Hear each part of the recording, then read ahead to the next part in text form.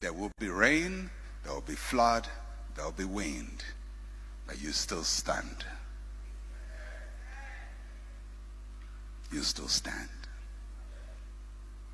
Now, I don't know about you, but I want to keep standing. Don't you want to keep standing? Don't you want to go through life to say, oh, the rains came and the floods came and the winds came, but look what the Lord has done. Isn't that the testimony you want to have? Or you want to say, the rains came and the floods came and the winds came. Oh, look at me.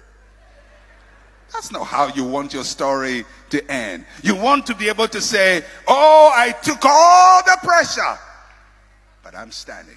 Jesus says if you want to be able to say that, then you have to build on the rock. And that rock is not the opinion of a book. That rock is the word of Jesus.